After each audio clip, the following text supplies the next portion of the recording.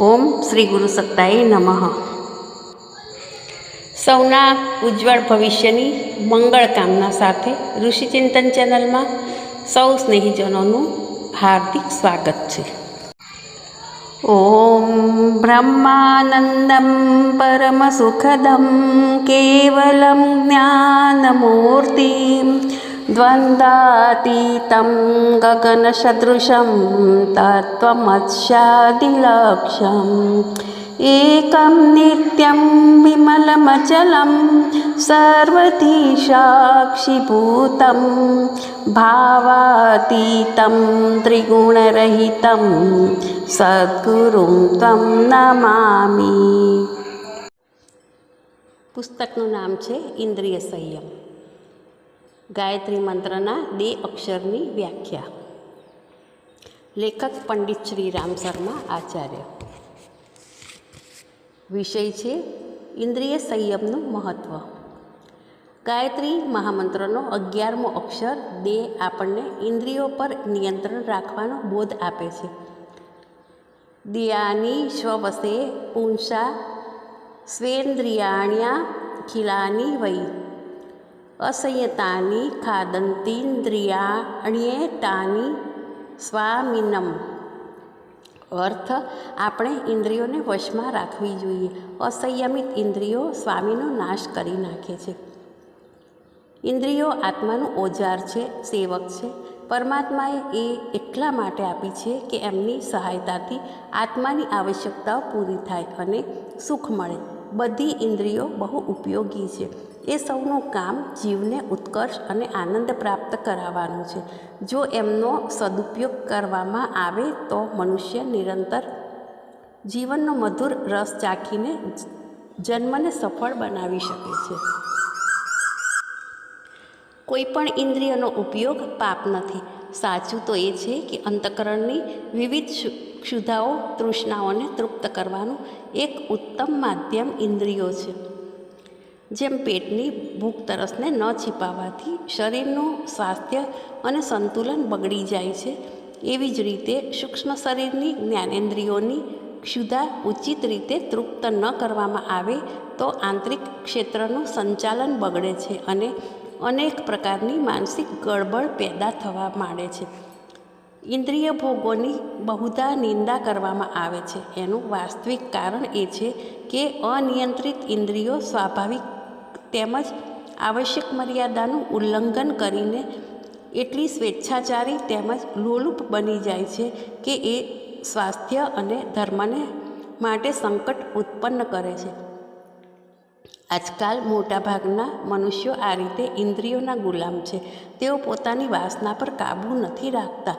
બેકાબૂ બનેલી વાસના પોતાના સ્વામીને ખાઈ જાય છે.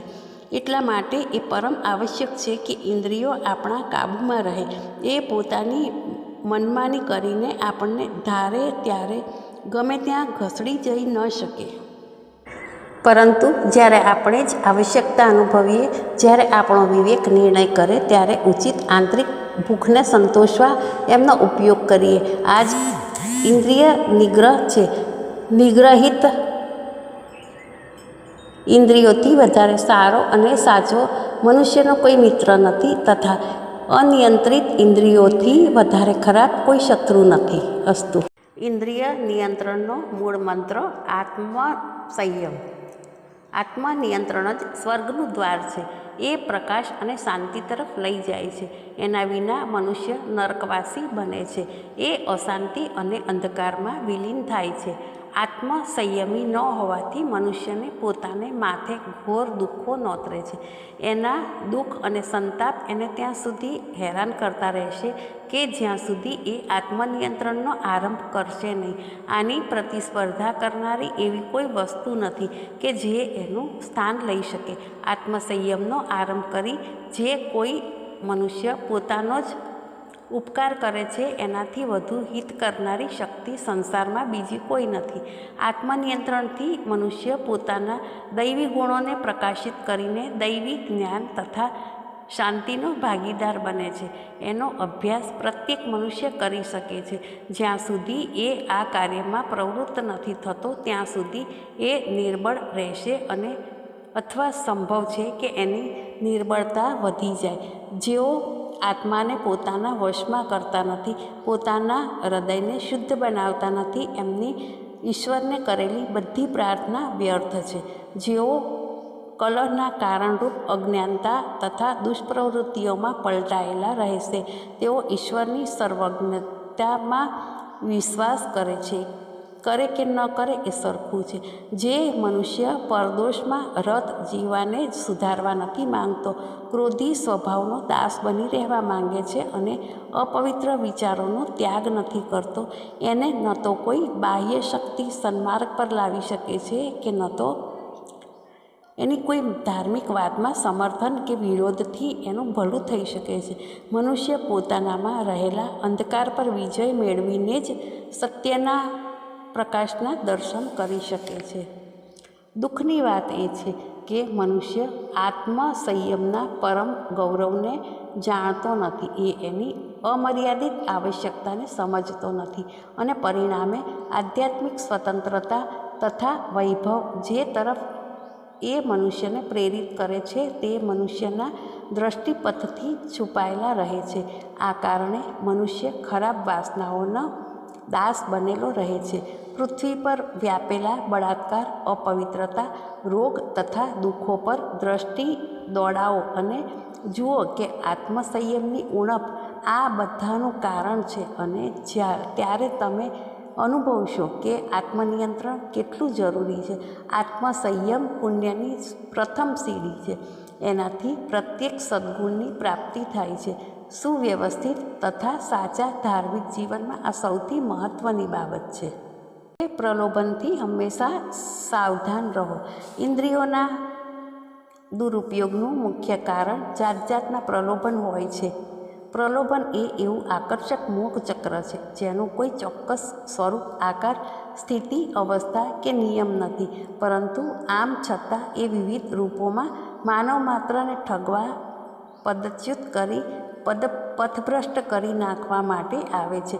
જીવનમાં આવતા ઘણા માયાવી પ્રલોભન આટલા મનમોહક, લોભાવણા અને માદક હોય છે કે ક્ષણભર માટે વિવેકશૂન્ય તથા અદૂરદર્શી બની આપણે ચલિત થઈ જઈએ છીએ.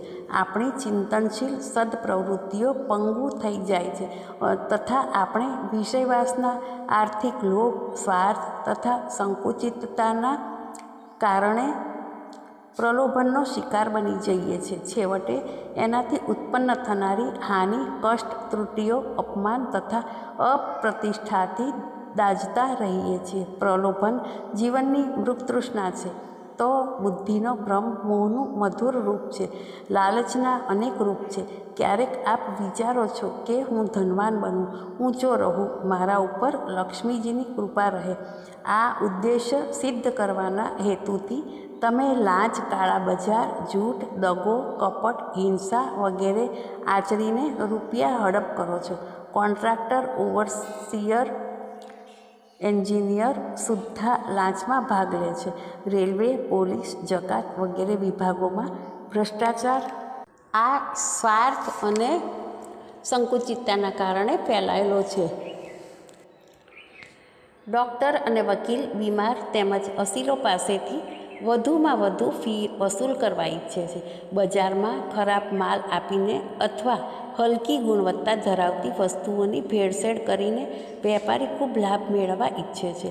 નાણાંએ જાણે માનવતાનું શોષણ કરી લીધું છે. એમ લાગે છે કે પ્રલોભનના અનેક રૂપ છે. અમુક વ્યક્તિની પત્ની મારી પત્ની કરતાં વધુ સુંદર છે, મારે પણ સુંદર પત્ની હોવી જોઈએ. હું તો અમુક અભિનેત્રી જેવી સ્ત્રી સાથે લગ્ન કરીશ.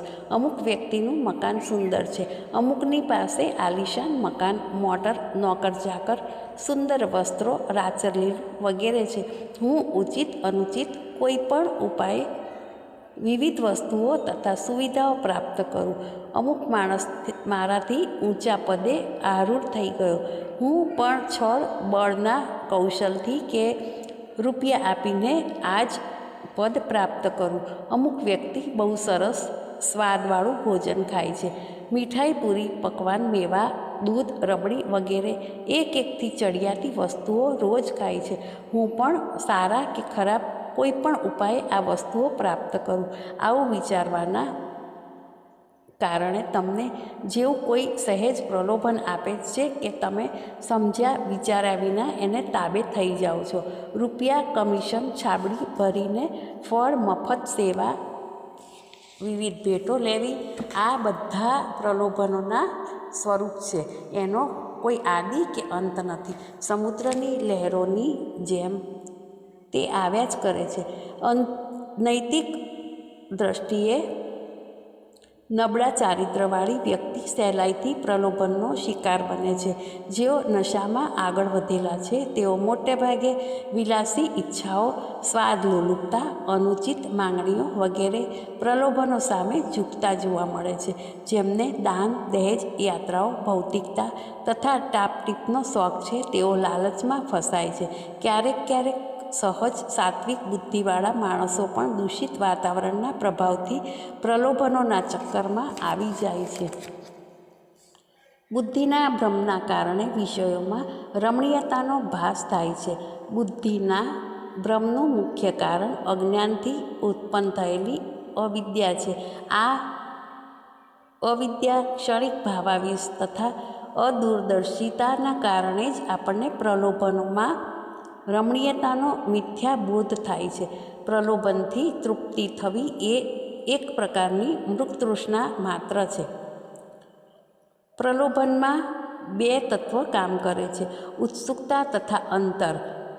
ખ્રિસ્તીઓના મત અનુસાર આદિ પુરુષ એડમ એટલે આદમનું પતન જ્ઞાનવૃક્ષની ફળ ચાખવાની ઉત્સુકતાના કારણે જ થયું હતું. એમને આદેશ મળ્યો હતો કે તેઓ બીજા બધા વૃક્ષોના ફળ ચાખી શકે છે, કેવળ એ જ વૃક્ષથી દૂર રહે. જે બાબત આપણને રોકવામાં આવે છે એના તરફ આપણે વધુને વધુ આસક્ત થઈએ છીએ. તેથી આદમને ના પાડવામાં આવેલ ફળ પ્રત્યે ઉત્સુકતા ઉત્પન્ન થઈ. એનાથી પ્રભાવિત થવાના કારણે એ ફળમાં રમણીયતાનો આભાસ થયો. એમણે ચૂપચાપ પ્રલોભન સામે આત્મસમર્પણ કરી દીધું, પરંતુ ઈશ્વરે એમને આની બહુ કડક સજા આપી હતી. જે પદાર્થ કે ઇન્દ્રિયો તૃપ્ત કરવાના વિવિધ સાધન આપણાથી દૂર હોય છે, જેમનો સ્વાદ આપણે ચાખ્યો નથી, એ જ આપણને ન મળવાના કારણે આકર્ષક જણાય છે. વાસ્તવમાં રમણીયતા બાહ્ય જગતની કોઈ વસ્તુમાં નથી. એ તો આપણી કલ્પના તથા ઉત્સુકતાની પ્રતિછાયા માત્ર છે. વસ્તુઓને આકર્ષક બનાવનાર આપણું મન છે, જે ક્ષણે ક્ષણે વિવિધ વસ્તુઓ પર મોહિત થઈ જાય છે. નવી વસ્તુ તરફ આપણને પરાણે ખેંચી જાય છે. ક્યારેક એ જીભને ઉત્તેજિત કરી આપણને સ્વાદિષ્ટ વસ્તુઓ તરફ લલચાવે છે. ક્યારેક કાનને મધુર સંગીત સાંભળવા ખેંચે છે. કદીક આપણી વાસનાને ભડકાવી માદક વૃત્તિઓને ઉત્તેજિત કરી દે છે. મનની કોઈ પણ ગુપ્ત અતૃપ્ત રહેલી ઈચ્છા પ્રલોભનનું રૂપ ધારણ કરી લે છે.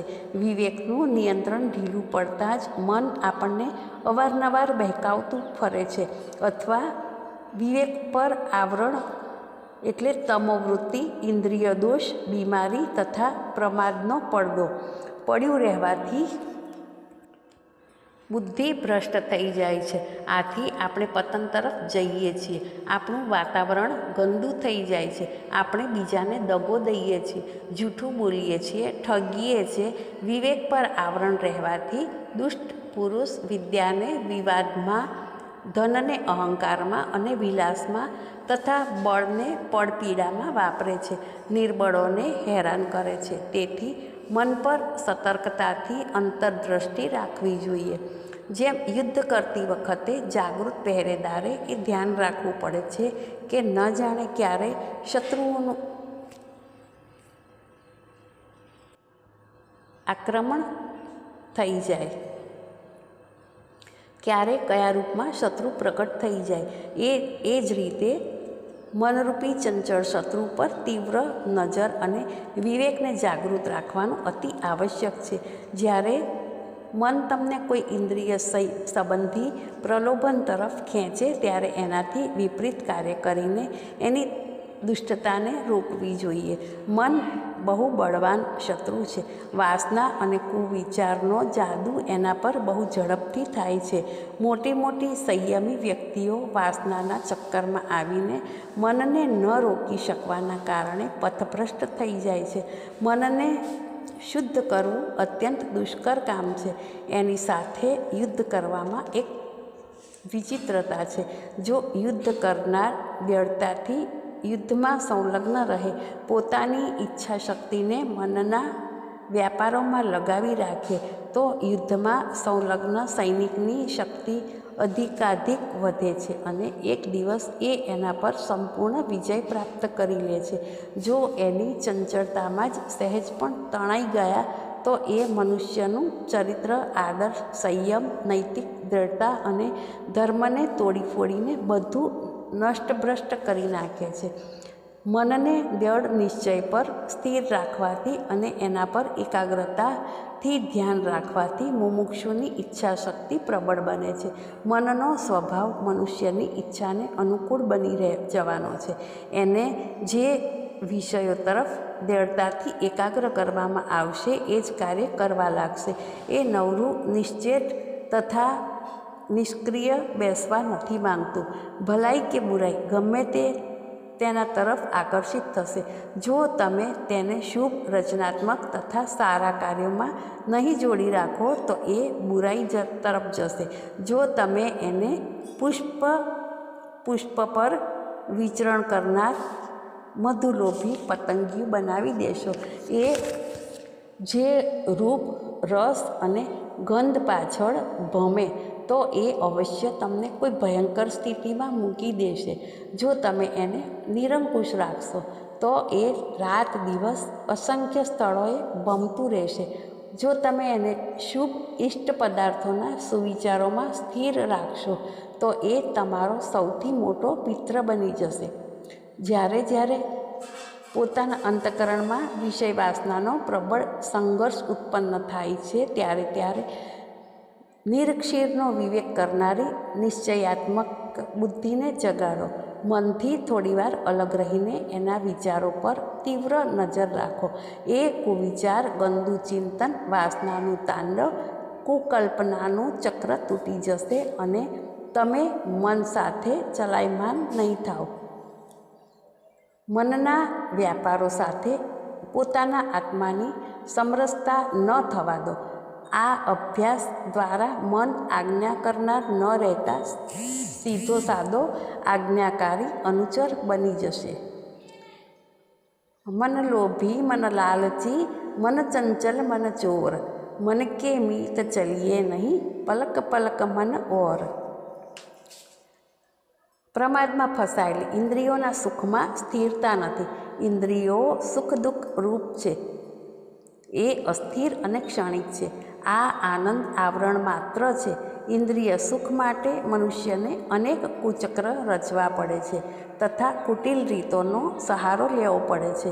એક સુખની લાલસામાં મનુષ્ય વધુને વધુ ગૂંચવાતો જાય છે. એક ઇન્દ્રિયને તૃપ્ત કરતાં મનુષ્ય સાંસારિકતામાં વધારે ને વધારે ફસાતો જાય છે અને અંતે પાપ યોનિને પ્રાપ્ત થાય છે. જ્યાં સુધી મન અને ઇન્દ્રિયો પર પૂરેપૂરું નિયંત્રણ નથી હોતું ત્યાં સુધી સુખની આશા રાખવી વ્યર્થ છે. જાત પર નિયંત્રણ, કઠોર દ્રષ્ટિ રાખો. સ્વયં ભગવાન શ્રી કૃષ્ણજીએ ગીતામાં આપણને તીક્ષ્ણ નજર રાખવાનો નિર્દેશ કર્યો છે. અસંયતાત્મના યોગો દુષ્પ્રાય ઇતિ મે મતિઃ. વશ્યાત્માન તુ યતના શક્યો વાપ્તુ મુપાયતઃ. મનને સંયમિત ન કરનારા પુરુષો દ્વારા યોગ દુષ્પ્રાપ્ય છે. સ્વાધીન મનવાળા પ્રયત્નશીલ પુરુષ દ્વારા જ યોગ પ્રાપ્ત થાય છે. ઇષ્ટ સિદ્ધિ પ્રાપ્ત થાય છે.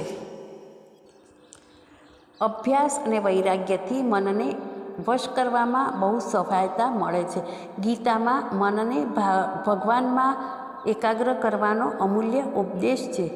યતો યતો નિશ્ચરતી મનશ્ચંચલમ સ્થિરમ તતાસ્તસ્તો નિયમ્યૈ દદાત્મન્યેવ વશમ નયેત. આ અસ્થિર અને ચંચળ મન જે કારણ સંસારમાં જાય ત્યાંથી તેને હટાવીને વારંવાર આત્મામાં જોડો. સુખરૂપ દેખાતા વિષય વાસનાના પ્રલોભનમાં કદાપી ન ફસાઓ. મનથી વિપરીત ચાલો. પરમાત્માનું જે રૂપ આપને વિશેષ આકર્ષક લાગતું હોય એમાં મન બુદ્ધિને એકાગ્ર કરવાનો સતત અભ્યાસ કરતા રહો. વૈરાગ્ય અને શુભચિંતનના અભ્યાસથી જ પ્રલોભનમાંથી મુક્તિ મળી શકે છે. વાસનાઓને જીતવા માટે આધ્યાત્મિક ચિંતન. જે લોકોના મન પર વાસનાઓએ કબજો જમાવી દીધો છે અને એના ફળ સ્વરૂપ જે લોકો ઇન્દ્રિયોના દાસ બની ચૂક્યા છે એમનો છુટકારો સહજમાં નથી થતો. તેઓ વિષયોની ખરાબીઓ જાણવા છતાં પણ નિર્બળતા અથવા મોહવશ એના ફંદામાંથી નીકળી શકતા નથી. એવા લોકોને નિરંતર સત્સંગ અને આધ્યાત્મિક ચિંતનની જરૂર પડે છે. આ વાસનાઓમાં પ્રાયઃ કામ વાસના જ સર્વપ્રધાન હોય છે અને સૌથી પહેલાં એના જ નિગ્રહનો પ્રયત્ન કરવો જોઈએ. સ્ત્રીની પ્રતિમૂર્તિ અથવા સ્મરણ મનને ક્ષુબ્ધ કરે છે. કામ વાસના શક્તિશાળી હોય છે. એ એક કુસુમ ધનુષ સાથે લઈને ચાલે છે જેમાં મોહન, સ્તંભન, ઉન્માદન, શોષણ અને તપન રૂપી 5 બાણ સજાવેલા હોય છે. વિવેક, વિચાર, ભક્તિ તથા ધ્યાન આસક્તિનો સમૂળખો નાશ કરે છે. જો કામ પર વિજય પ્રાપ્ત થઈ ગયો તો ક્રોધ, લોભ વગેરે જે એના શસ્ત્ર છે તે જાતે જ બિનઅસરકારક થઈ જશે. રાગનું પ્રધાન અસ્ત્ર રમણી છે. જો એનો મનમાંથી નાશ કરવામાં આવે તો એના અનુયાયી અને અનુચર ખૂબ જ સહેલાઈથી જીતાઈ જશે. જો સેનાપતિ માર્યો જાય તો સૈનિકોને મારી નાખવાનું સરળ થઈ જશે. વાસના પર વિજય પ્રાપ્ત થશે. પછી ક્રોધને જીતવાનું સહેલું થઈ જશે. કેવળ ક્રોધ જ વાસનાનો અનુયાયી છે. સૈનિકો જેવા કિલ્લામાંથી બહાર નીકળે છે કે તરત જ એમને એક એક કરીને મારી નાખો. અંતે કિલ્લા પર તમારું આધિપત્ય થઈ જશે. આ જ રીતે જે કોઈ કુવિચારો મનમાં આવે તેમનો એક એક કરીને નાશ કરી દો. અંતમાં તમારો મન પર અધિકાર થઈ જશે. વિચાર, શાંતિ, ધ્યાન અને ક્ષમા દ્વારા ક્રોધ પર વિજય પ્રાપ્ત કરો. જે મનુષ્ય તમારું નુકસાન કરતો હોય એના પર દયા કરો અને એને ક્ષમા કરી દો. નિંદાને પ્રમાદ સમજો. એને આભૂષણ તથા અમૃત તુલ્ય માનો. ધાક ધમકી સહી લો. સેવા, દયા અને બ્રહ્મ ભાવના દ્વારા વિશ્વપ્રેમનો વિકાસ કરો. જ્યારે ક્રોધ પર વિજય મળી જશે ત્યારે દૃષ્ટતા, અહંકાર અને દ્વેષ સ્વયં નાશ પામશે. પ્રાર્થના અને ભજનથી ક્રોધ દૂર થઈ જાય છે. સંતોષ, અભેદ્ય વૈરાગ્ય તથા દાન દ્વારા લોભનું શમન કરો. અભિલાષાઓ વધારો નહીં. તમારે કદી નિરાશ નહીં થવું પડે. સંતોષના રાજ્યના 4 પહેરેદારની સહાયતાથી તમે બ્રહ્મજ્ઞાન જીવનના પરમ લક્ષ્યની પ્રાપ્તિ કરી શકો છો. અનુરાગની સાથે શોક અને દુઃખ પણ જોડાયેલા રહે છે. અનુરાગ શોક મિશ્રિત હોય છે. સુખ પાછળ દુઃખ ચાલે છે. જ્યાં સુખ છે ત્યાં દુઃખ પણ છે. અનુરાગના નામે મનુષ્ય દુઃખનું વિસ્મય બી રોપે છે, જેને તરત સ્નેહના અંકુર ફૂટે છે, જેમાં વીજળી જેવી ભયાનક દાહકતા હોય છે અને આ અંકુરોમાંથી અનેક ડાળીઓ ધરાવતું દુઃખનું વૃક્ષ ઉત્પન્ન થાય છે, જે ઢંકાયેલા ઘાસના ઢગલાની જેમ સળગતું જઈને ધીરે ધીરે શરીરને બાળી નાખે છે. આ સંસારની અસારતા પર બરાબર વિચાર કરો. રાગથી મોહ ઉત્પન્ન થાય છે એ બધા જાણે છે કે જ્યારે કોઈ મનુષ્યના પાળેલા પક્ષીને બિલાડી ખાઈ જાય છે તો એને દુઃખ થાય છે. પરંતુ જો બિલાડી બીજા કોઈ પક્ષી કે ઉંદરને ખાઈ જાય છે જેની સાથે એનો કોઈ સંબંધ નથી હોતો તો એ જરા પણ દુઃખ પ્રગટ કરતો નથી. તેથી તમારે એ અનુરાગને ધરમૂળથી દૂર કરવો જોઈએ કે જે વ્યર્થ આસક્તિનું કારણ હોય છે. શરીર અસંખ્ય કીટાણુઓને ઉત્પન્ન કરે છે જેમને દૂર કરવા લોકો આતુર રહે છે, પરંતુ એકને તે બાળકને નામથી બોલાવે છે જેના માટે એનું જીવન ક્ષીણ થાય છે. સાંસારિક મોહ આ પ્રકારનો હોય છે. અનુરાગની ગાંઠ એ માયા મોહથી દ્રઢ થાય છે જે મનુષ્યના હૃદયને ચારે બાજુથી દોરાની જેમ ગૂંથી લે છે. અનુરાગથી છુટકારો મેળવવાનો મુખ્ય ઉપાય સંસાર એક અસાર વસ્તુ છે એનું ચિંતન કરવામાં રહેલો છે. જગતમાંથી અસંખ્ય પિતા, માતા, પતિ, સ્ત્રી, બાળકો તથા પિતામહ ચાલ્યા ગયા છે. તમારે પોતાના મિત્રમંડળને વિદ્યુતના ક્ષણિક ચમકારા સમાન સમજવું જોઈએ અને એનું પોતાના મનમાં ફરી ફરી ચિંતન કરતા રહીને શાંત રહેવું જોઈએ. મનને શૂન્ય કરી દો. શોકના મહાન આઘાતોથી બચવાનો આ એકમાત્ર ઉપાય છે.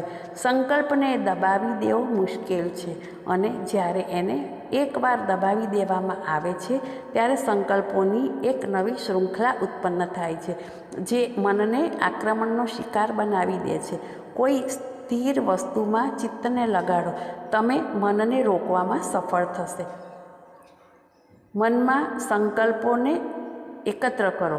આત્મામાં હરિનું સતત ધ્યાન કરો જે શ્યામ રંગના છે તથા જે ગળામાં કિંમતી હાર ધારણ કરે છે તેમજ ભુજાઓ, કાન અને મસ્તકને આભૂષણોથી અલંકૃત કરે છે. જ્યારે વિષય તમને વ્યથિત કરે, સંમોહિત કરે ત્યારે વિચાર, વિવેક અને સાત્વિક બુદ્ધિનો સદા ઉપયોગ કરો. ઇન્દ્રિયોને ભ્રમમાં પાડનારો અહંકાર જે મન ઉપર છવાઈ જાય છે તે જ્યારે વિવેક દ્વારા નષ્ટ થઈ જાય છે ત્યારે ઝાંઝવાના જળની જેમ અન્ય ભ્રાંતિજનક પદાર્થોમાં પ્રવેશ કરી જાય છે. જ્યાં સુધી જ્ઞાનમાં તમે સ્થિર ન થાવ ત્યાં સુધી વારંવાર વિવેકનો આશ્રય લો. ખરેખર વિદ્યાની શક્તિ મહાન છે. જ્યારે તમારા વિખરાયેલા સંકલ્પોને એકત્રિત કરવામાં આવશે અને તમે શાંત અવસ્થામાં આવશો ત્યારે સ્વચ્છ જળમાં ચમકતા સૂર્ય સમાન શાશ્વત તથા આનંદમય આત્મા ચમકી ઉઠશે. ધન, સ્ત્રી કે ભોગમાં શાંતિ નથી રહેતી. જ્યારે મન કામનાહીન થઈ જાય છે ત્યારે આત્મા ચમકી ઉઠે છે અને શાશ્વત આનંદ અને શાંતિની વર્ષા કરે છે. તો પછી તમે બહારના વિષયોમાં વ્યર્થ સુખ શા માટે કેમ ભટકો છો? પોતાની જ અંદર તેને શોધો. પોતાના આનંદ માટે સત, ચિત્ત અને આનંદનું અમૃત આત્મામાં શોધો. આવેશોથી બચવું આવશ્યક છે. ઇન્દ્રિય નિગ્રહનો મૂળ મંત્ર પોતાને આવેશોથી બચાવવામાં છે. જે વ્યક્તિની અંદર જાત જાતના મનોવેગોનું તોફાન આવ્યા કરે છે તેનું માનસિક સમતોલન સ્થિર નથી રહી શકતું અને એનાથી એ ઇન્દ્રિયોને વશમાં રાખવામાં અસમર્થ થઈ જાય છે. એટલે જે લોકો ઇન્દ્રિયોને સંયમમાં રાખવા ઈચ્છે તેમણે પોતાના મનોવેગો પર પણ હંમેશા નજર રાખવી જરૂરી છે. ભૂતકાળની વીતેલી દુઃખદ ઘટનાઓનું સ્મરણ કરીને કેટલાક મનુષ્યો પોતાને બેચેન બનાવી રાખે છે. કોઈ પ્રિયજનનું મૃત્યુ, પૈસાનું નુકસાન, અપમાન, વિરહ વગેરેની કડવી સ્મૃતિઓને તે ભૂલી શકતા નથી અને સદા માનસિક પીડા ભોગવતા તેમજ બળતા રહે છે. આ જ રીતે કેટલાય મનુષ્ય ભવિષ્યની મુશ્કેલીઓ હલ કરવાની ચિંતામાં બળ્યા કરે છે. દીકરીના લગ્ન માટે જરૂરી ધન ક્યાંથી આવશે? ઘડપણમાં શું ખાઈશું? છોકરા કુપાત્ર નીકળ્યા તો પ્રતિષ્ઠા કેવી રીતે જળવાઈ રહેશે? ગરીબી આવશે તો શું વીતશે? આટલું ધન એકઠું ન થઈ શક્યું તો કેવી દુર્દશા થશે? અમુક કાર્ય કેવી રીતે પૂરું થશે? અમુકે સહારો ન આપ્યો કે અમુક આપત્તિ આવી ગઈ તો ભવિષ્ય અંધકારમય થઈ જશે વગેરે અનેક પ્રકારના ભાવિ સંકટોની ચિંતામાં રક્તમાસ સૂકવતા રહે છે. ભૂતકાળનો શોક અને ભવિષ્યનો ભય એટલો ત્રાસદાયક હોય છે કે મસ્તકનો મોટો ભાગ એમાં જ ગૂંચવાયેલો રહે છે. વર્તમાન સમયના પ્રશ્નોને ઉકેલવા અને સામે પડેલા કાર્યને પૂરું કરવા માટે શક્તિઓનો બહુ થોડો ભાગ બચે છે. એ વધ્યા ઘટ્યા આંશિક મનોબળથી જે થોડુંક કામ થઈ શકે છે એટલા માત્રથી વ્યવસ્થાક્રમ યોગ્ય રીતે નથી ચાલતો. ગતિ અવરોધ ઉત્પન્ન થવાથી જીવનની અવનતિ થાય છે. આ મૂંઝવણભરી દશામાં આકુળ વ્યાકુળ થઈને કેટલાય મનુષ્ય આત્મહત્યા કરી લે છે, પાગલ થઈ જાય છે, ઘર બાર છોડીને ભાગી જાય છે કે દુઃખદાયી કામ કરી બેસે છે. કેટલાય ઘોર નિરાશાવાદી કે ઘેલા થઈ જાય છે. કેટલાક આ અશાંતિના ભારથી થોડી વાર છૂટવા માટે સત્યાનાશી પ્રયત્નો કરે છે. આવેશોથી માનસિક તંતુઓને સદા ઉત્તેજિત રાખવા તે પોતાની જાતને સળગતી મશાલથી સળગાવતા રહેવા જેવું છે. આવેશથી જીવનની અસ્વાભાવિક દશા છે. એનાથી શક્તિઓનો ભયંકર રીતે નાશ થાય છે. ડૉક્ટરોએ શોધ્યું છે કે જો મનુષ્ય 4.5 કલાક લગાતાર ક્રોધથી ભરેલો રહે તો લગભગ 8 અંશ લોહી બાળી જાય છે અને 1 તોલો ઝેર કચોળાથી જેટલું વિષ ઉત્પન્ન થાય છે એટલું વિષ ઉત્પન્ન થઈ જશે. ચિંતામાં વધારો થવાથી હાડકાઓની અંદર રહેલી મજ્જા સૂકાઈ જાય છે. આથી ન્યુમોનિયા, ઇન્ફ્લુએન્ઝા જેવા રોગોના આક્રમણનો ભય વધી જાય છે. આવા લોકોના હાડકાં વળી જાય છે અને નિયત સ્થાનથી ખસી જાય છે. કાનની પાછળના ભાગના ગળાના તથા ખભાના હાડકાં જો બહાર ઉપસી આવ્યા હોય તો કહી શકાય કે એ વ્યક્તિ ચિંતામાં ધોવાઈ રહી છે. લોભી અને કંજૂસોને કબજિયાતની ફરિયાદ રહ્યા કરે છે અને કાયમ શરદી રહે છે. ભય અને શંકાથી જેમનું કાળજું કાંપે છે એમના શરીરમાં લોહ અને ક્ષારની માત્રા ઘટી જાય છે. વાળ ખરવા અને સફેદ થવા લાગે છે. શોકને કારણે આંખોની જ્યોતિની ઝાંખપ, સાંધાનું દર્દ, સ્મરણ શક્તિમાં ઘટાડો, સ્નાયુઓની દુર્બળતા, બહુમૂત્રતા, પથરી જેવા રોગ થઈ જાય છે. ઈર્ષ્યા, દ્વેષ તેમજ વેરની બળતરાને કારણે ક્ષય, દમ, કુષ્ઠ જેવા રોગ ઉત્પન્ન થતા જોવા મળે છે. એનું કારણ સ્પષ્ટ છે. આ માનસિક આવેશોને કારણે એક પ્રકારનો અંતરદાહ ઉત્પન્ન થાય છે. અગ્નિ જ્યાં રહે છે ત્યાં બાળે છે. અંતરદાહના અગ્નિમાં જીવનના ઉપયોગી તત્વો બળતણની જેમ સળગ્યા કરે છે, જેનાથી દેહ અંદરથી ખોવાઈ જાય છે. જ્યાં અગ્નિ બળે છે ત્યાં પ્રાણવાયુ વપરાય છે અને અંગારવાયુ ઉત્પન્ન થાય છે. અંતરદાહની પ્રક્રિયાથી પણ ઘણા ઝેર ઉત્પન્ન થઈ જાય છે. એના કારણે શરીર જાતના રોગોનું ઘર બની જાય છે અને થોડા સમયમાં જ એટલું સડી ગળી જાય છે કે જીવાત્માને સમયે જ એને છોડીને ભાગવા માટે વિવશ થવું પડે છે. આવેશોનું તોફાન ન શારીરિક સ્વાસ્થ્યને કાયમ રહેવા દે છે કે ન તો માનસિક સ્વાસ્થ્યને. વૈદ્યને નાડી તપાસવાથી કોઈ રોગ ભલે ન જણાય, પરંતુ વસ્તુતઃ આવેશની અવસ્થામાં જીવનની એટલી જ ક્ષતિ થતી રહે છે જેટલી મોટા મોટા ભયંકર રોગો વખતે થાય છે.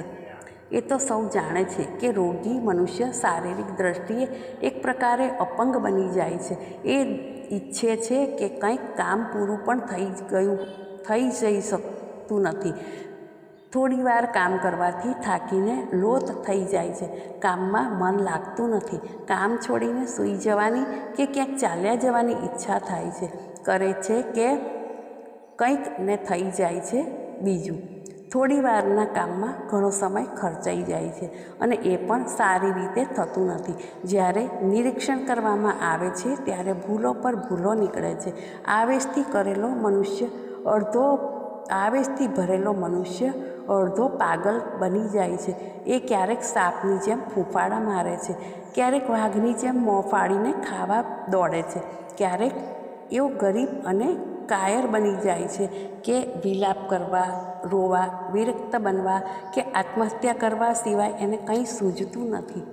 મારા આ આચરણનું ભવિષ્યમાં શું પરિણામ આવશે એ વિચારવામાં એની બુદ્ધિ એકદમ અસમર્થ થઈ જાય છે. જીવનને ઉત્કર્ષની દિશામાં લઈ જવા માટે એ જરૂરી છે કે વિવેક બુદ્ધિ યોગ્ય રીતે કામ કરે. વિવેક બુદ્ધિની સ્થિરતા માટે માનસિક સ્થિરતાની આવશ્યકતા છે. દર્પણ કે પાણીમાં પ્રતિબિંબ ત્યારે જ સ્થિર થાય છે કે જ્યારે તે સ્થિર હોય. જો દર્પણ કે પાણી હાલતું હશે તો એમાં પ્રતિબિંબ પણ સ્થિર નહીં રહે. મસ્તકમાં જ્યારે ક્રોધનો ઉભરો આવે છે ત્યારે વિવેક સ્થિર ન રહી શકે. યોગ્ય માર્ગ બતાવનારી બુદ્ધિનો ઉદ્ભવ ત્યારે જ થાય છે કે જ્યારે મન શાંત અને સ્થિર હોય. કોઈ કામની ભલાઈ, બુરાઈ, હાનિ, લાભ, સુવિધા, મુશ્કેલી વગેરેની ઠીક કલ્પના કરવાની અને અનેક દ્રષ્ટિએ વિચાર કરીને કોઈ અંતિમ નિર્ણય પર પહોંચવાની ક્ષમતા રાખનારો વિવેક ત્યારે જ મસ્તકમાં રહી શકે છે કે જ્યારે આવેશોની ખિન્નતા ન હોય અને ગુસ્સો કાબૂમાં હોય. જે કાર્ય આગળ પાછળનો વિચાર કર્યા વિના શરૂ કરવામાં આવે છે, જોશ અને ઉતાવળમાં વિચાર્યા વિના જે કાર્યનો આરંભ કરવામાં આવે છે એમને અધવચ્ચે જ છોડવા પડે છે. અધ્યાત્મ વિદ્યાના બધા ગ્રંથોમાં ચિત્તવૃત્તિઓને એકાગ્ર કરવા અને મનને વશ કરવાનો ડગલે અને પગલે આદેશ આપ્યો છે. અનેક સાધનાઓ મનને વશ કરવા માટે બતાવવામાં આવી છે. આ મનને વશ કરવું એ બીજું કશું નથી, એ સ્થિરતા જ છે. સુખ દુઃખ, લાભ નુકસાન તથા જય પરાજયના કારણે ઉત્પન્ન થનારા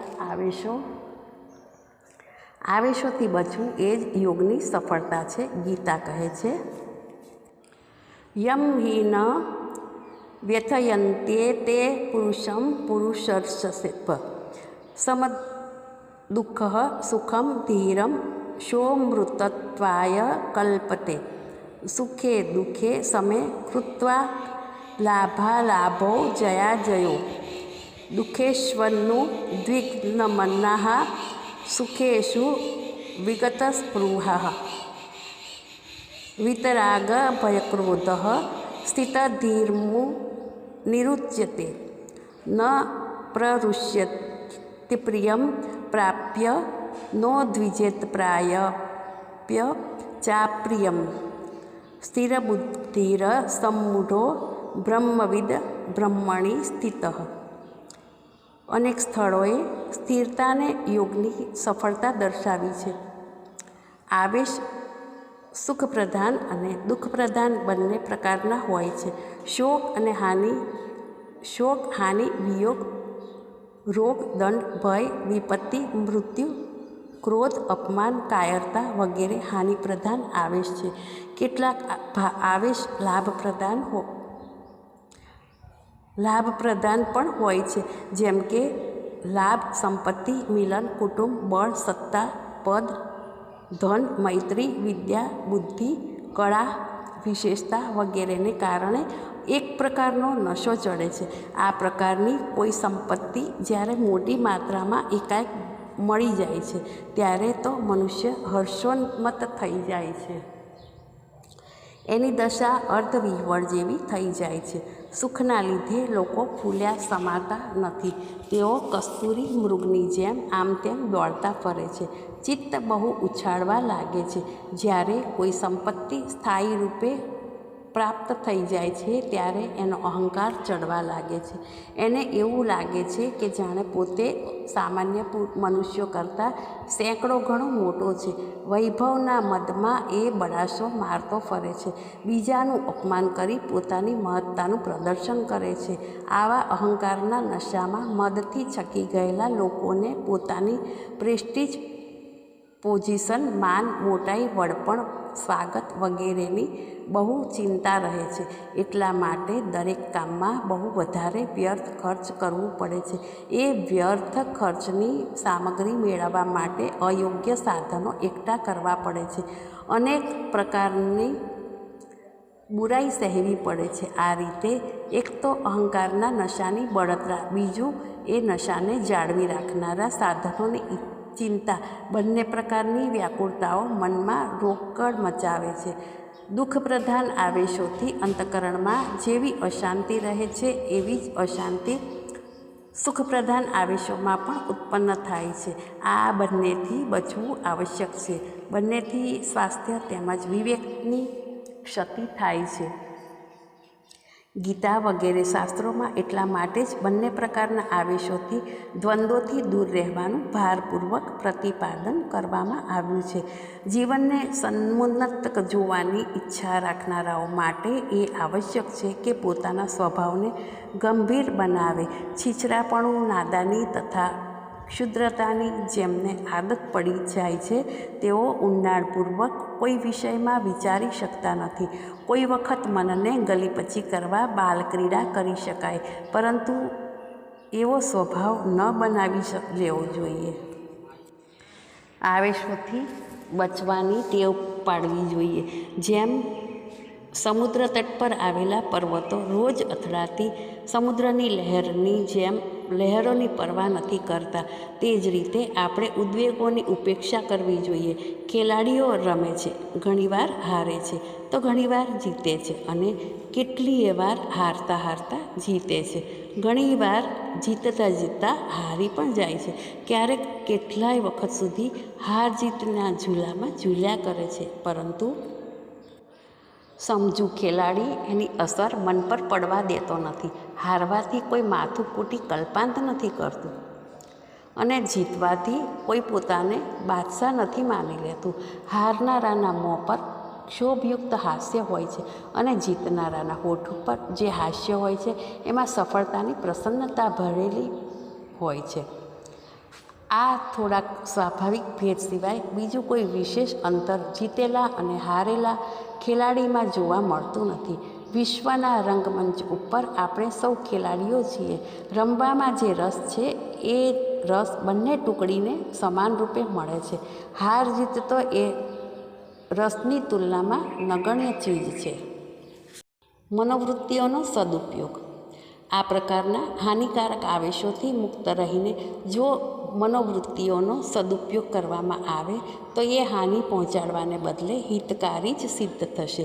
સર્વથા સંસાર ત્યાગીઓની વાત છોડી દો, પરંતુ મોટા ભાગના મનુષ્યો જે સંસારમાં રહે છે અને જેમને સારી નરસી બધી પરિસ્થિતિઓનો સામનો કરવો પડે છે, તેમણે બધી મનોવૃત્તિઓ પાસેથી કામ લેવાનું આવશ્યક હોય છે. એટલે જ આપણું કર્તવ્ય છે કે પોતાની મનોવૃત્તિઓ અને ઇન્દ્રિયોને સાધેલી અવસ્થામાં રાખીએ. મનુષ્યને જે મનોવૃત્તિઓ જન્મથી જ આપવામાં આવી છે તે બધી ઉપયોગી તેમજ મહત્ત્વપૂર્ણ છે. જો એમનો યોગ્ય રીતે ઉપયોગ કરવામાં આવે તો પ્રત્યેક વ્યક્તિ અત્યંત સુખ શાંતિપૂર્ણ જીવન જીવી શકે છે. આપણે જોઈએ છીએ કે દુર્ભાગ્યવશ લોકો એનો ઉપયોગ કરવાનું નથી જાણતા અને એમને ખરાબ માર્ગે ખર્ચીને પોતાને તેમજ બીજાને માટે દુઃખ સર્જે છે. આપણે જોઈએ છીએ કે ઘણી મનોવૃત્તિઓની સંસારમાં બહુ નિંદા થાય છે. કહેવામાં આવે છે કે આ બાબતો પાપ અને દુઃખનું મૂળ છે. કામ, ક્રોધ, લોભ, મોહ, અહંકાર વગેરેને મન મૂકીને મેણા મારવામાં આવે છે, અને કહેવામાં આવે છે કે આને કારણે જ સંસારમાં અનર્થો થઈ રહ્યા છે. આ પ્રકારના કથન કેટલી હદે સુધી સાચા છે કે એ પાઠક સ્વયં વિચારીને નિર્ણય કરી શકે છે. જો કામ ખરાબ વસ્તુ છે, ત્યાજ્ય છે, પાપનું મૂળ છે, તો એનો ઉપયોગ ન તો સત્પુરુષોને સ્વીકાર્ય બની શકત અને ન તો ખરાબ બાબતનું સારું પરિણામ મળી શકત. પરંતુ ઇતિહાસ બીજી જ વાત સિદ્ધ કરે છે. બ્રહ્મા, વિષ્ણુ, મહેશ વિવાહિત જીવન વ્યતીત કરે છે. વ્યાસ, અત્રિ, ગૌતમ, વશિષ્ઠ, વિશ્વામિત્ર, યાજ્ઞવલ્ક્ય, ભારદ્વાજ, ચ્યવન વગેરે બધા મુખ્ય ઋષિઓ પત્નીઓ સાથે રહેતા હતા અને સંતાનો ઉત્પન્ન કર્યા હતા. દુનિયામાં અસંખ્ય પયગંબર, ઋષિ, અવતાર મહાત્મા, તપસ્વી તથા વિદ્વાન મહાપુરુષો થયા છે એ બધા કોઈને કોઈ માતા પિતાના સંયોગથી જ ઉત્પન્ન થયા હતા. જો કામ સેવન ખરાબ વાત હોય તો એના દ્વારા ઉત્પન્ન થયેલા સંતાન પણ ખરાબ હોવા જોઈએ. ખરાબથી સારાની સૃષ્ટિ કેવી રીતે થઈ શકે? કાળાશમાંથી સફેદી કેવી રીતે નીકળી શકે? આ વાતો પર વિચાર કરવાથી એ સ્પષ્ટ થઈ જાય છે કે કામ સ્વયં કોઈ ખરાબ વસ્તુ નથી. પરમાત્માએ પોતાની સર્વશ્રેષ્ઠ કૃતિ તેવા મનુષ્યના કોઈ ખરાબ બાબત નથી રાખી. કામ પણ ખરાબ વસ્તુ નથી. ખરાબ તો કામનો દુરુપયોગ છે. દુરુપયોગ કરવાથી તો અમૃત પણ વિષ બની શકે છે. પેટના સામર્થ્ય કરતાં વધારે અમૃત પીનારાને દુઃખ જ ભોગવવું પડશે. ક્રોધ ઉપર વિચાર કરો. ક્રોધ એક પ્રકારની ઉત્તેજના છે જે આક્રમણ કરતાં પહેલાં, છલાંગ મારતા પહેલાં આવવી અત્યંત આવશ્યક છે. લાંબી છલાંગ લગાવતા પહેલાં થોડે દૂરથી દોડીને આવવું જ પડે છે, તો જ લાંબુ કૂદી શકાય છે. શાંત ઊભેલી વ્યક્તિ અચાનક છલાંગ મારવા ચાહે તો એને બહુ ઓછી સફળતા મળે છે. પોતાની અંદર પ્રવેશેલા દુર્ગુણો સાથે લડવા માટે એક વિશેષ ઉત્સાહની આવશ્યકતા હોય છે. એ ઉત્સાહને ક્રોધ દ્વારા આવે છે. જો ક્રોધનું તત્વ માનવવૃત્તિમાંથી દૂર કરી દેવામાં આવે તો બુરાઈઓનો પ્રતિકાર ન થઈ શકે.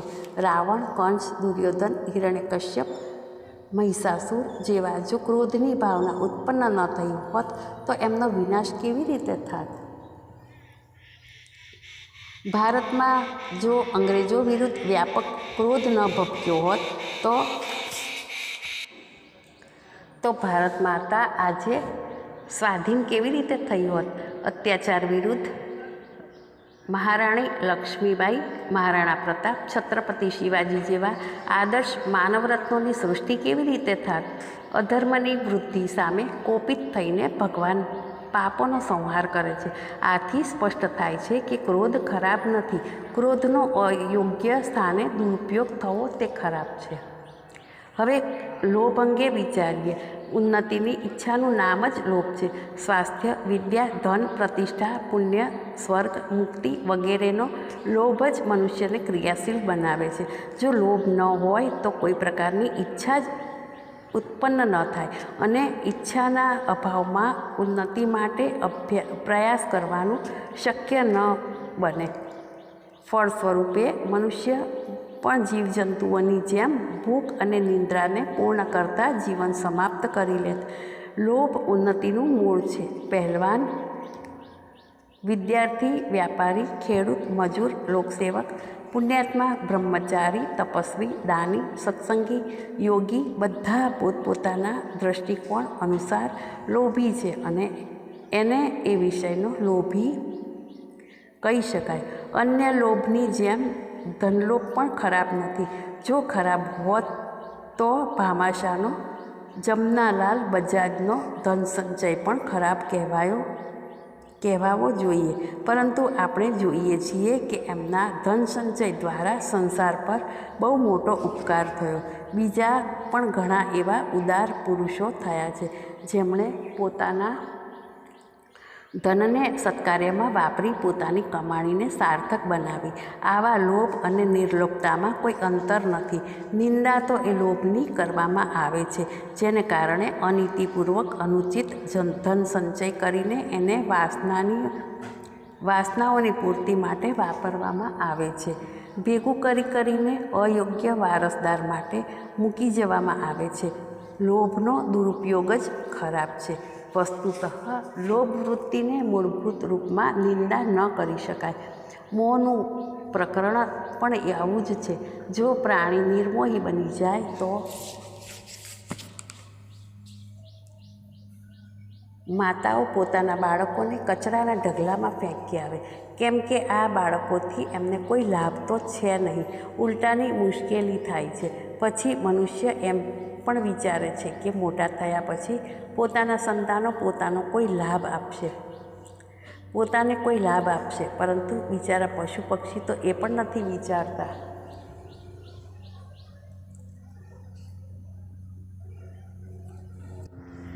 એમના સંતાન તો મોટા થયા પછી એમને ઓળખતા પણ નથી, પછી સેવાનો તો પ્રશ્ન જ ઊભો થતો નથી.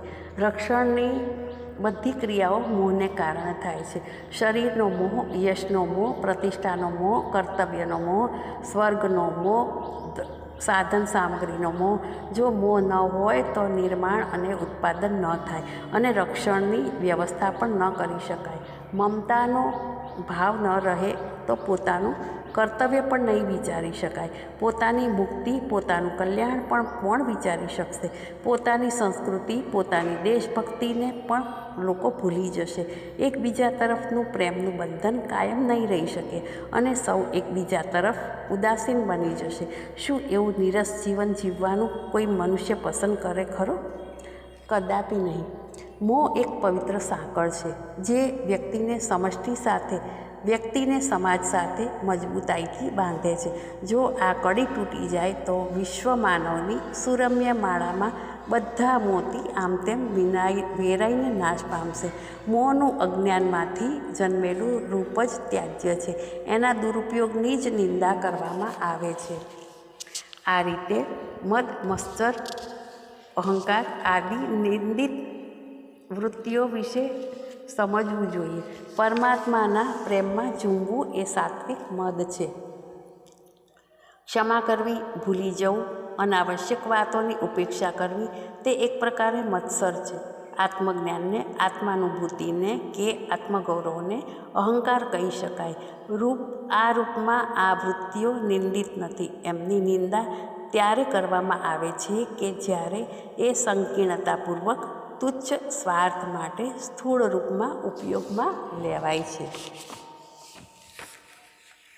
માનવ પ્રભુની અદ્ભુત કૃતિ છે. એનામાં અનેક વિશેષતાઓ ભરેલી છે. નિંદનીય વસ્તુ એક પણ નથી. ઇન્દ્રિયો અત્યંત મહત્વપૂર્ણ અંગો છે. એમની સહાયતાથી આપણા અંદર આનંદમાં વૃદ્ધિ થાય છે તથા ઉન્નતિમાં સહાયતાનો મળે છે. પુણ્ય પરમાર્થનો લાભ મળે છે. પરંતુ જો આ ઇન્દ્રિયોને ઉચિત રીતે કામમાં લેવાને બદલે એમની બધી શક્તિ અમર્યાદિત ભોગ ભોગવવામાં ખર્ચી નાખવામાં આવે તો એનાથી નાશ જ થશે, વિપત્તિઓમાં વૃદ્ધિ થશે. આ રીતે કામ, ક્રોધ, મોહ વગેરે મનોવૃત્તિઓ પરમાત્માએ આત્મોન્નતિ તથા જીવનની સુવ્યવસ્થા માટે બનાવી છે.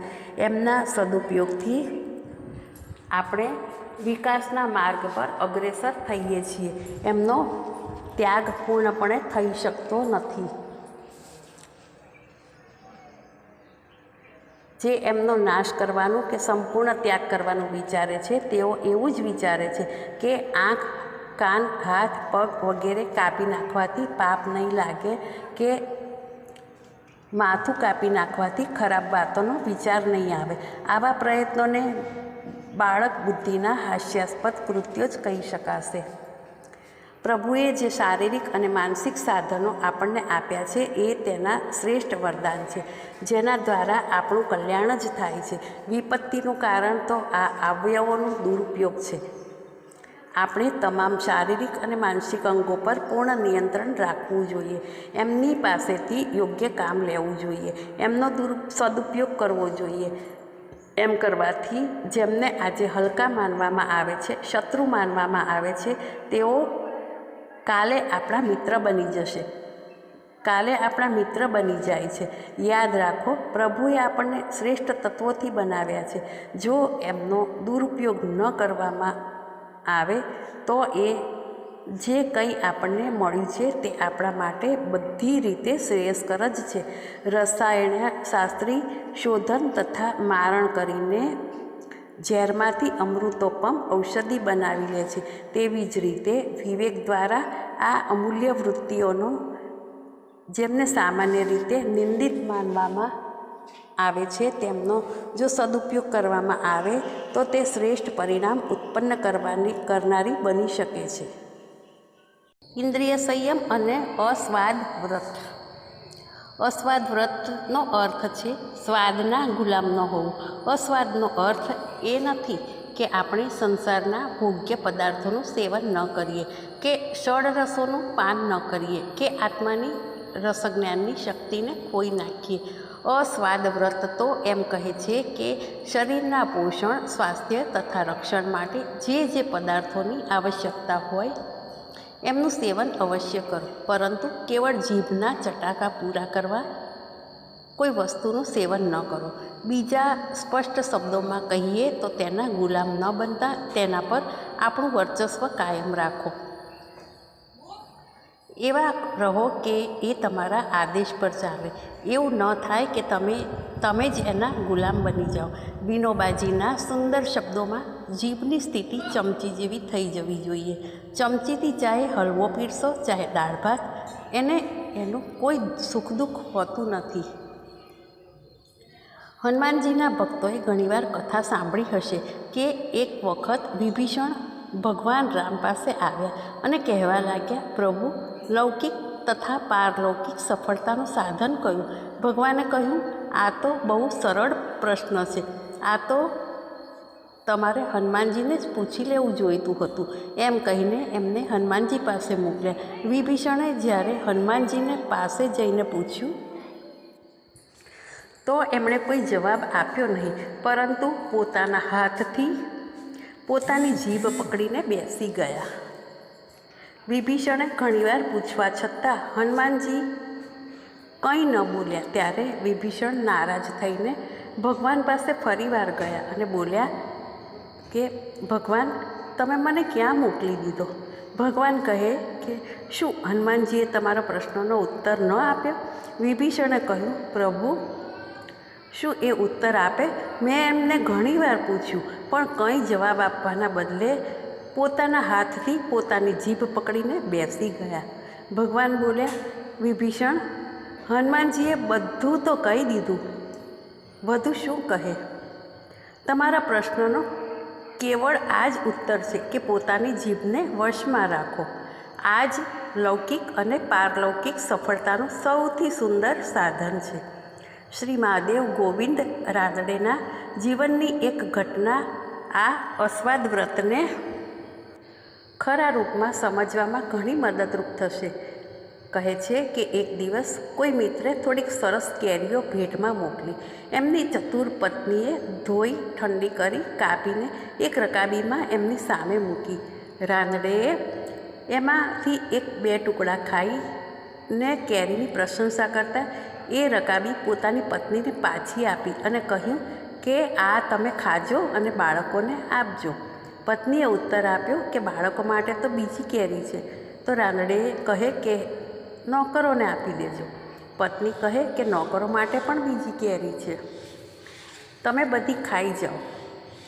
આમ છતાં જ્યારે રાનડે કેરી ખાવા તૈયાર ન થયા ત્યારે પત્નીએ પૂછ્યું કે શું કેરી સારી નથી? રાનડે કહે કે કેરી તો બહુ મીઠી અને સ્વાદિષ્ટ છે. મેં મારા જીવનમાં આ પહેલાં આટલી સ્વાદિષ્ટ કેરી કદી ખાધી નથી.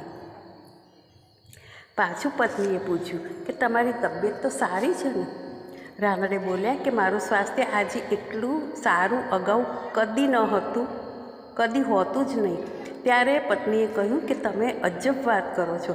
કેરીને સ્વાદિષ્ટ કહો છો, સ્વાસ્થ્ય સુંદર છે એમ કહો છો, અને તો પણ કહો છો કે હવે નહીં ખાવું? રાનડે હસ્યા અને બોલ્યા કે કેરી બહુ સુંદર અને સ્વાદિષ્ટ છે, એટલે હવે વધુ નહીં ખાવું. આવું હું કેમ કરું છું એનું કારણ સાંભળો. વાત એમ છે કે નાનપણમાં જ્યારે હું મુંબઈમાં ભણતો હતો ત્યારે મારા પડોશમાં એક મહિલા રહેતી હતી. તે પહેલાં એક ધનવાન પરિવારની સદસ્ય હતી, પરંતુ ભાગ્યચક્રથી એની પાસે ત્યારે ધન ન હતું, પરંતુ એટલી આવક હતી કે એ અને એનો પુત્ર સારી રીતે ખાઈ શકે અને પોતાનો નિર્વાહ કરી શકે. એ મહિલા બહુ દુઃખી રહેતી હતી અને લગભગ રોજ રડ્યા કરતી. એક દિવસ મેં જઈને એના દુઃખનું કારણ પૂછ્યું તો એણે પોતાનો પહેલાંનો વૈભવ બતાવતા કહ્યું કે મારા દુઃખનું કારણ જીભની સ્વાદ લોલુપતા છે.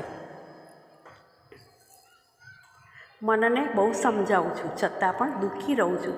જે જમાનામાં હું સ્વાદિષ્ટ પદાર્થ ખાતી હતી ત્યારે ઘણું ખરું બીમાર રહેતી હતી, દવાઓની દાસી બની ગઈ હતી. હવે જ્યારે એ પદાર્થો નથી મળતા ત્યારે બિલકુલ સ્વસ્થ રહું છું, કોઈ દવા લેવી પડતી નથી.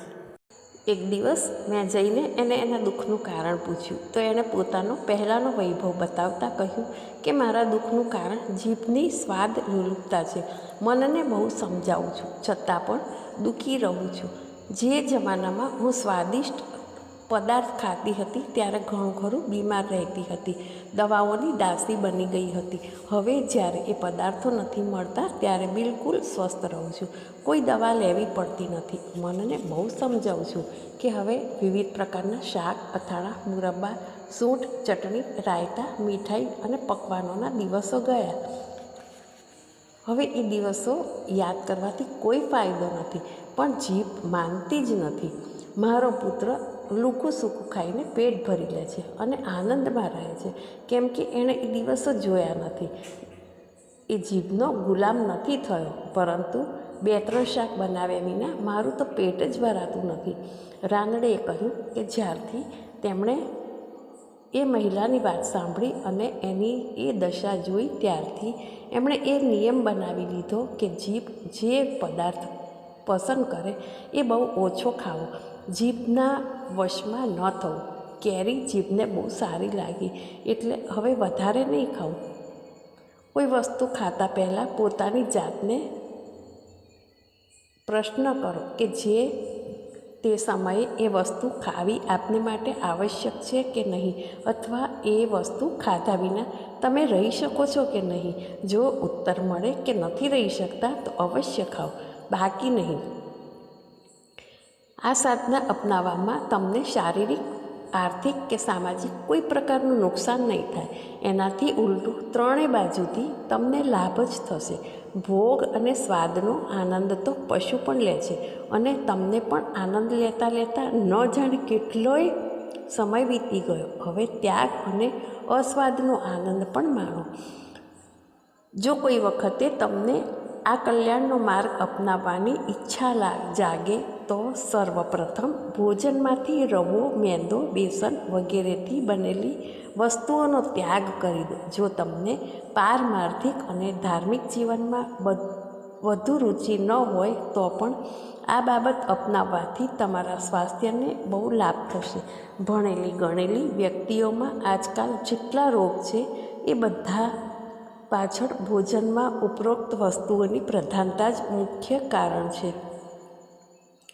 અસ્વાદ વ્રત દ્વારા જો તમે પ્રયાસ કર્યો અને નિરંતર અભ્યાસ કરતા રહેશો તો તમે અવશ્ય બુદ્ધિયોગ દ્વારા જ્ઞાન, ભક્તિ કે કર્મ કશાથી પણ યોગ કરીને સાચું સુખ અને શાંતિ મેળવશો. તેના કરતાં પોતાના વાસ્તવિક સત્યમ, શિવમ, સુંદરમ સ્વરૂપને વધુ પામી શકશો. જે ઇન્દ્રિય સંયમ અને બ્રહ્મચર્ય વ્રત. બ્રહ્મચર્ય વ્રતનો મહિમા સૌ જાણે છે. એની શક્તિ અમોઘ માપવામાં આવી છે. સંસારમાં જે વ્યક્તિઓએ મહાન અને ઉપયોગી કામ કરી બતાવ્યા છે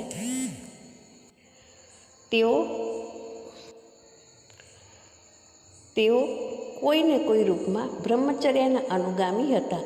જેમ અનેક વખત જણાવવામાં આવી ચૂક્યું છે કે બ્રહ્મચર્યનો અર્થ એ નથી કે કામવૃત્તિઓનો સર્વથા ત્યાગ કરવામાં આવે.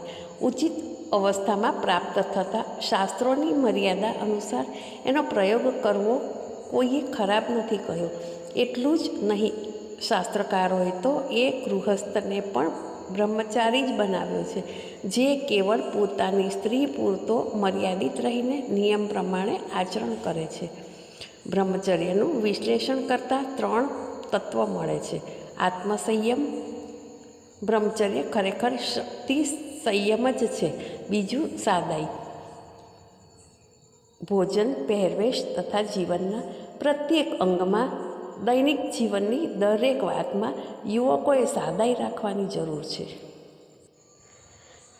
જે લોકો જરૂરિયાતોને વધારવાને જ સભ્યતા માને છે તેમની સાથે હું સહમત થતો નથી.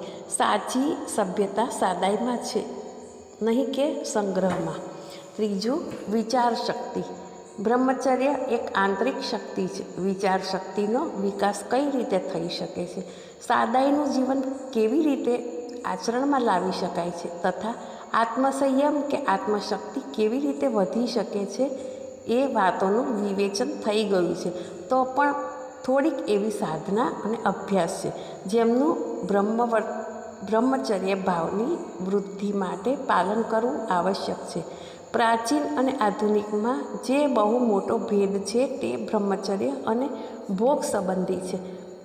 વર્તમાન આદર્શોના આંતરિક મહત્ત્વને હું નથી ભૂલતો.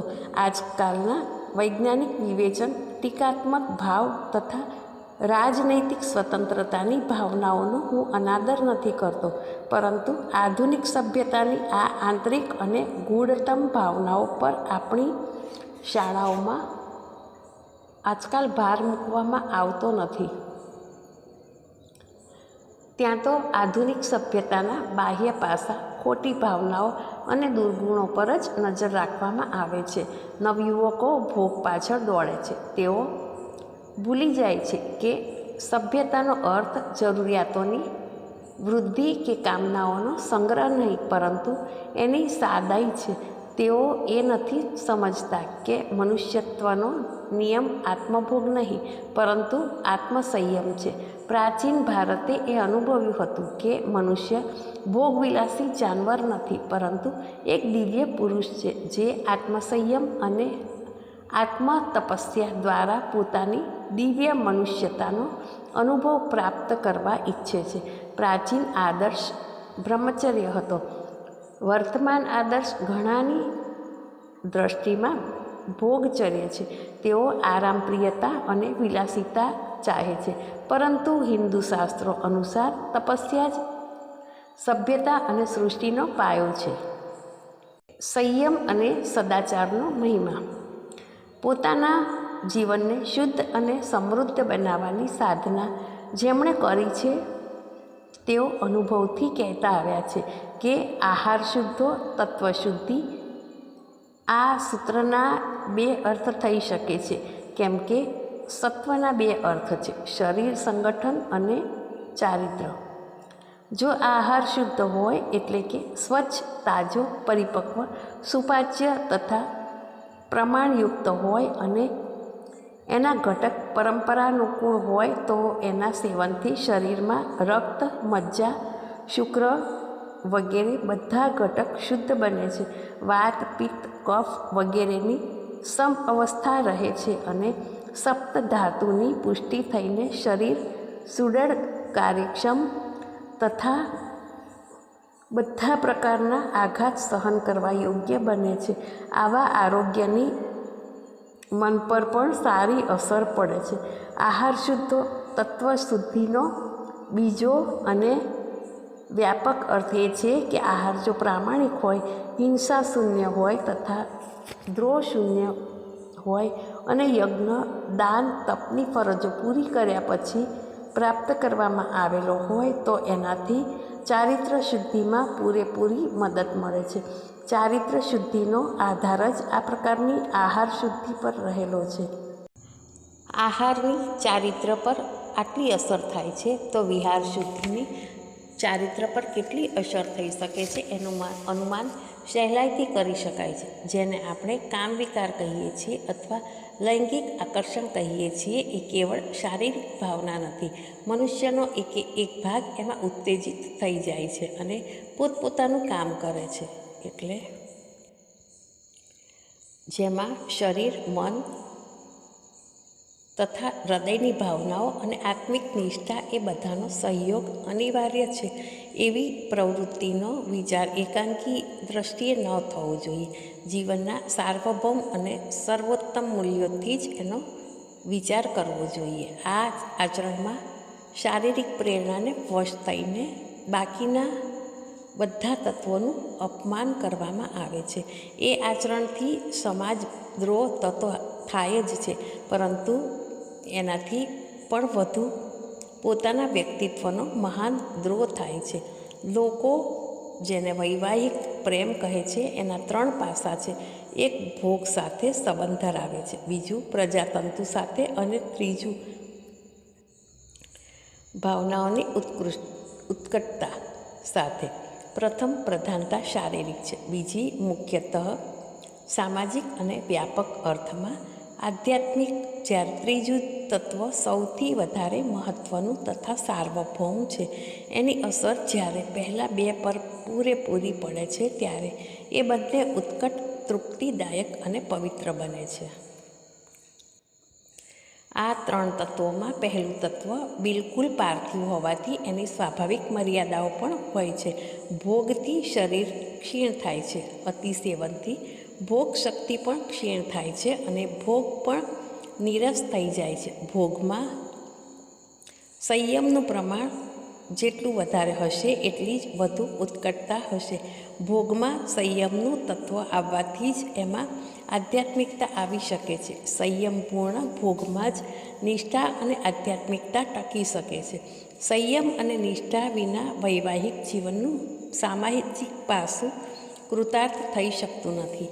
કેવળ લાભ હાનિની દ્રષ્ટિએ જોવામાં આવે છે તો વૈવાહિક જીવનનો પરમોત્કર્ષ સંયમ અને અન્યોન્ય નિષ્ઠામાં જ છે. ભોગ તત્વ પાર્થિવ છે એટલે મર્યાદિત છે. ભાવનાત્મક તત્વ હાર્દિક અને આત્મિક હોવાથી એના વિકાસની કોઈ મર્યાદા નથી. આજકાલના લોકો જ્યારે પણ લૈંગિક નીતિની સ્વચ્છંદતાનો પ્રચાર કરે છે ત્યારે તેઓ ભોગ પ્રધાન પાર્થિવ અંશને જ ધ્યાનમાં લે છે. જીવનની એવી ક્ષુદ્ર કલ્પનાઓ તેઓ લઈ બેઠા છે કે થોડાક જ દિવસોમાં એમને અનુભવ થઈ જાય છે કે આવી સ્વતંત્રતામાં કોઈ પ્રકારની સિદ્ધિ પણ નથી અને સાચી તૃપ્તિ પણ નથી. આવા લોકો તો જો ઊંચો આદર્શ છોડી દે તો પછી એમનામાં ઉદ્ધારક સંતોષ પણ નથી બચતો. લગ્ન બાબતમાં કેવળ ભોગ સંબંધી વિચાર કરનારા લોકોએ પણ પોતાનો અનુભવ જાહેર કર્યો છે. એતત્કાલં ફલલોકે યત દ્વયોઃ એકચિત્તતા અન્યચિત્તકૃતે કામે શવયો ઇવ સંગમઃ. આ એકચિત્તતા એટલે કે હૃદયની એકતા અથવા સ્નેહ ગ્રંથિ, અન્યોન્ય અને નિષ્ઠા અને સંતાન પ્રત્યેની નિષ્ઠા વિના જ ટકી જ નથી શકતી. વધવાની વાત તો દૂર જ રહી. સંયમ અને નિષ્ઠા જ સામાજિકતાનો સાચો પાયો છે. સંયમથી જે શક્તિ પેદા થાય છે એ જ ચારિત્રનો આધાર છે. જે વ્યક્તિ કહે છે કે હું સંયમ રાખી શકતો નથી એ ચારિત્રની નાની મોટી એક પણ પરીક્ષામાં ઉત્તીર્ણ નહીં થઈ શકે. એટલે સંયમ જ ચારિત્રનો મૂળ આધાર છે. ચારિત્રનો બીજો આધાર છે નિષ્ઠા. વ્યક્તિનું જીવન જીવનની કૃતાર્થ ત્યારે જ થઈ શકે છે કે જ્યારે એ સ્વતંત્રતાપૂર્વક સમષ્ટિમાં વિલીન થઈ જાય છે. વ્યક્તિ સ્વાતંત્ર્ય સંભાળતા જ જો સમાજ પરાયણતા સિદ્ધ કરવી હોય તો એ અન્યોન્ય નિષ્ઠા વિના થઈ શકતી નથી. અખિલ સમાજ પ્રત્યે એક સરખી અનન્ય નિષ્ઠા જ ત્યારે જ સિદ્ધ થાય છે કે જ્યારે મનુષ્ય બ્રહ્મચર્યનું પાલન કરે છે અથવા વૈવાહિક જીવનનો પરસ્પર દૃઢ નિષ્ઠાથી પ્રારંભ કરે. અન્યોન્ય નિષ્ઠા જ્યારે આદર્શ સ્થિતિએ પહોંચે છે ત્યારે ત્યાંથી જ સાચી સમાજ સેવા શરૂ થાય છે. અંતે હું એ જ કહેવા માગું છું કે મન કે જીતે જીત હૈ, મન કે હારે હાર. જો તમે તમારા મનને વશ કરી લીધું અને એના પર વિવેકનો અંકુશ રાખો તો તમને સંસારના વ્યવહાર ચલાવવામાં કોઈ પણ મુશ્કેલી નહીં લાગે. વૈરાગ્ય, તાપ, વિરક્ત આ મહાતત્વોનો સીધો સંબંધ પોતાના મનોભાવો સાથે છે. જો ભાવનાઓ સંકુચિત હોય, કલુષિત હોય, સ્વાર્થમય હોય તો ચાહે ગમે તેવી ઉત્તમ સાત્વિક સ્થિતિમાં મનુષ્ય કેમ ન રહે છતાં મનનો વિકાર ત્યાં પણ પાપની દુરાચારની સૃષ્ટિ રચશે. જ્યાં ભાવનાઓ ઉદાર અને ઉત્તમ છે ત્યાં અસંબદ્ધ અને અનિષ્ટકારક સ્થિતિમાં પણ મનુષ્ય પુણ્ય તથા પવિત્રતા ઉત્પન્ન કરશે. મહાત્મા ઇમર્સન કહેતા, મને નર્કમાં મોકલવામાં આવે તો હું ત્યાં પણ મારે માટે સ્વર્ગ બનાવી લઈશ. વાસ્તવિકતા આ જ છે કે બુરાઈ ભલાઈ આપણા મનમાંથી જ ઉત્પન્ન થાય છે. આપણી ઇન્દ્રિયો જો ખરાબ માર્ગ પર જાય તો તેની જવાબદારી બીજા કોઈની નથી, બલકે પોતાના મનની જ છે. જો આપણું મન સન્માર્ગગામી રહીને ઇન્દ્રિયોને સંયમમાં રાખે તો સઘળા સાંસારિક કાર્યો કરતા રહીને પણ આપણે સદગતિના અધિકારી બની શકીએ છીએ. અસ્તુ.